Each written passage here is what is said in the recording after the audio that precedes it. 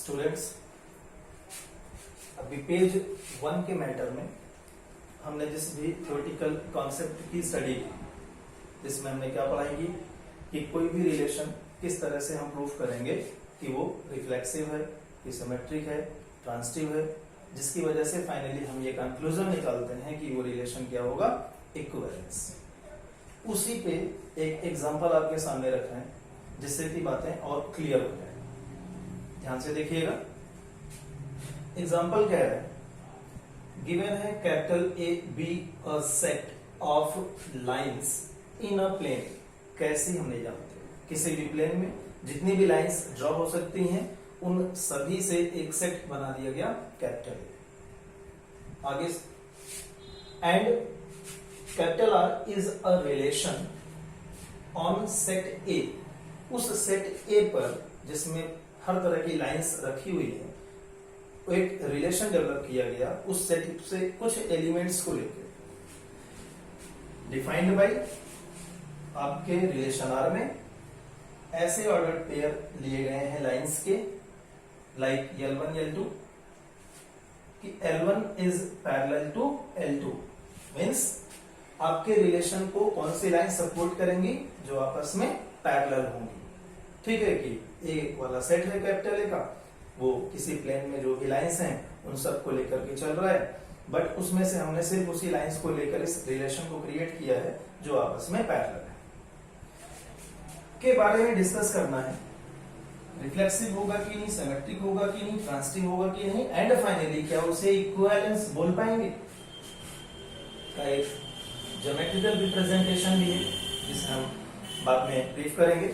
अभी समझिए जो मेन पॉइंट है, अक्सर क्वेश्चन में इस तरह की लैंग्वेजेस बना दी जाती हैं ताकि बच्चे इसको बार बार लिखें और उनका टाइम किल हो। इस चीज को हमेशा ध्यान रखिएगा। आपको प्रॉब्लम से तो पढ़ लेना है, ठीक है, बट अगर उसका कोई सिंबल है, कोई नोटिफिकेशन है, तो आप आगे की डिटेल में उसी को यूज करिएगा, उससे बार बार इतना नहीं लिखना पड़ेगा जैसा अभी आप आगे देखें। लेकिन कोई भी नोटिफिकेशन नहीं है, जैसे मैं आपका फ्रेंड हूं तब इसका कोई नोटिफिकेशन है नहीं, तो उस केस में पूरी लैंग्वेज देनी पड़ती है। उसका भी ऑप्शन है कि आप कैपिटल आर से उसको पहले मेंशन कर लीजिए, फिर उस आर को यूज करिए जैसा जस्ट पहली वाले वीडियो में बताया था। फिलहाल आपके आर में जो किसी सेट ए पर डिफाइंड है, L1 L2 का ऑर्डर्ड पेयर, मतलब ये टू लाइंस हैं। क्यों ये लाइंस का ऑर्डर्ड पेयर इस आर में है? क्योंकि लाइंस L1 और L2 क्या है, आपस में पैरेलल है। को ये डिस्कस करना है रिफ्लेक्सिव होगा कि नहीं होगा। ठीक, तो अकॉर्डिंग टू गिवन कंडीशन हम बड़े आसानी से लिख सकते हैं दिस L1 L2 का ordered pair belongs to R, क्योंकि आर ये क्या होता है, एक सेट में ये पूरा का पूरा क्या है, इस सेट में ये पूरा का पूरा एक एलिमेंट है। तो अलग से इसको इससे कनेक्ट करेंगे तो लैंग्वेज बनेगी L1 L2 ordered pair belongs to R. Reason बताना पड़ेगा, which implies to us L1 is parallel to L2। तो अब देखिए, इतना बड़ा सेंटेंस लिखने के बजाय मैंने क्या यूज कर लिया, सिंबल। सिमिलर का सिंबल जानते हैं, कॉन्ग्रुएंसी का जानते हैं, ग्रेटर का जानते हैं, लेसर का जानते हैं, इस तरह से बहुत से सिंबल्स मैथ्स में। तो अगर पॉसिबल है तो लैंग्वेज को ना लिखें और सिंबल यूज करें, टाइम बचेगा। हमारी कहानी L1 L2 का ordered pair belongs to R. Why? Because L1 is parallel to L2। तो लैंग्वेज क्या बनेगी, L1 L2 belongs to R implies to us L1 parallel to L2, which also implies to us L1 is parallel to L1। क्यों, ये बताना important है, otherwise ये समझा जाएगा कि आपको नहीं आता, कहीं से आपने कुछ चीटिंग वगैरह की। तो जैसे ही आप लिखेंगे according to L1 parallel to L2, we can say L1 parallel to L1, which also implies to us L1 belongs to R, that is ordered pair। रीजन क्या लिखेंगे, since any line is parallel to itself।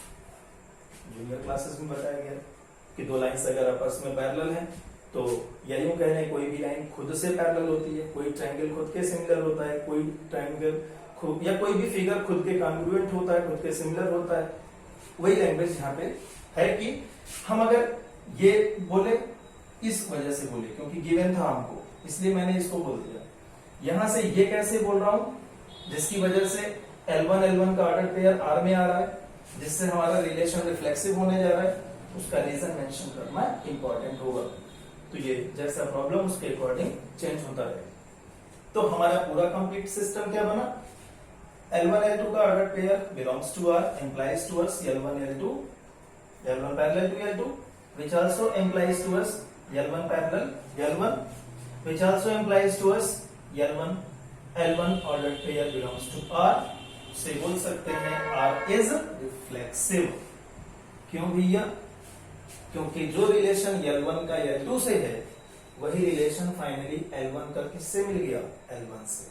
और यही reflexive की property है कि जो relation distinct में होता है वही रिलेशन सेम में दिखना चाहिए।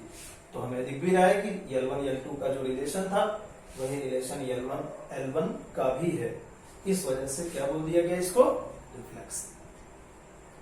नेक्स्ट पॉइंट, सिमेट्रिक कब होगा। फिर वही गिवन कंडीशन कॉपी करिए जो आपने यहां पे लिखी थी, since L1 L2 belongs to R means L1 parallel to L2 which also implies to us L2 parallel L1 implies to us L2 L1 ordered pair belongs to R। क्यों कह रहे हैं, ड्यू टू म्यूचुअल रिलेशन। आपने Pythagoras में पढ़ा हुआ है, ठीक, कि ये बेस है और ये परपेंडिकुलर है। तो अगर बेस इस पे परपेंडिकुलर है तो ये भी बेस पे परपेंडिकुलर होता है। उसी तरह से ये टू लाइन से पैरेलल, अगर ये लाइन इसके पैरेलल है तो ये लाइन भी इसके पैरेलल होगी। ये म्यूचुअल प्रॉपर्टीज हैं, हर जगह नहीं यस होती, जहां यस होता है वो म्यूचुअल प्रॉपर्टी हो रही है और म्यूचुअल कंडीशन को फॉलो कर रहा, जहां नहीं होता, मैं आपका टीचर हूं, आप मेरे स्टूडेंट हो, ठीक। अगर हम म्यूचुअलिटी देखें, आप मेरे टीचर बन जाओ, मैं आपका टीचर, आप मेरे टीचर, दैट इज म्यूचुअल, ठीक। हो सकता है तो है, नहीं हो सकता तो not mutual. Like that L1 L2 belongs to R, that means L1 is parallel to L2 which also implies to us L2 is parallel to L1 which implies to us L2 L1 belongs to R due to mutual relation। अब final climax क्या बन रहा है, जो relation L1 का L2 से था वही रिलेशन L2 का L1 से मिला। अब हम कह सकते हैं कि R is symmetric, जैसा कॉन्सेप्ट में बताया गया, जो रिलेशन ए का बी से है वही रिलेशन बी का ए से हो तो क्या कहेंगे, सिमेट्रिक। तो यहां दिख रहा है जो रिलेशन L1 का L2 से है वही रिलेशन L2 का L1 से है। तो रिफ्लेक्सिव के लिए क्या रीजन बना, any line is parallel to itself. Symmetric के लिए क्या रीजन बना, due to mutual relation. Now transitive में फिर वही पुरानी चीज, लेट से स्टार्ट करेंगे क्योंकि L1 L2 की स्टोरी दी गई है बट L2 L3 नहीं दिया गया। तो हम यहाँ पे लेट से स्टार्ट करते हैं। L1 L2 belongs to R and L2 L3 belongs to R means जो रिलेशन L1 का L2 से है हम मान लेते हैं कि वही रिलेशन L2 का L3 से। तो अगर ऐसा कुछ है तो एम्प्लाइज करके उस रिलेशन को भी शो करेंगे। L1 L2 belongs to R means L1 parallel to L2 given and L2 L3 belongs to R, L2 parallel होगा L3 के, क्योंकि लेट किया हुआ है कि जो रिलेशन इनके बीच में है वही इनके बीच में है, तो ये आपस में पैरेलल है तो ये भी आपस में पैरेलल है। अब अगली लाइन, इस लाइन को समझने के लिए थोड़ा सा यहां ले जाऊंगा। L1 पैरेलल है L2 के और L2 पैरेलल है L3 के। तो L1 और L3 में क्या रिलेशन बनेगा, कॉन्सेप्ट देखिएगा। L1 L2 पैरेलल और L2 L3 पैरेलल, तो L1 और L3 का क्या रिलेशन होगा, ऑब्वियस है पैरेलल दिख रहा है। तो हम थर्ड लाइन में बोल सकते हैं सेकेंड लाइन की वजह से। सेकेंड लाइन क्या कहती है, L1 is parallel to L2 and L2 is parallel to L3 which also implies to us L1 is parallel to L3 by means L1 L3 belongs to R। से क्या दिख रहा है, L1 L2 के बीच एक रिलेशन था, L2 L3 के बीच एक रिलेशन था, वही रिलेशन फाइनली L1 और L3 के बीच में भी हो गया। ठीक, से हम बोल सकते हैं R इज ट्रांजिटिव, और हर जगह पे बताते आए हैं R is reflexive, R is symmetric, R is transitive. तो फाइनली कंक्लूजन में हेंस करके आप बोल सकते हो कि hence R is an equivalence relation. इतना पूरा वर्क फर्स्ट एक्सरसाइज में आपको करना होगा, क्योंकि इसी कॉन्सेप्ट पे पूरी की पूरी फर्स्ट एक्सरसाइज है, जिसका नोट्स आपको पहले से ही देके रखा हुआ है। जहां भी प्रॉब्लम होगी उसको आप अपना देखिएगा, समझिएगा, और जो भी क्वेरीज होंगी बताइएगा, फिर उसको हम प्रॉब्लम वाइज सॉल्व करेंगे। ठीक।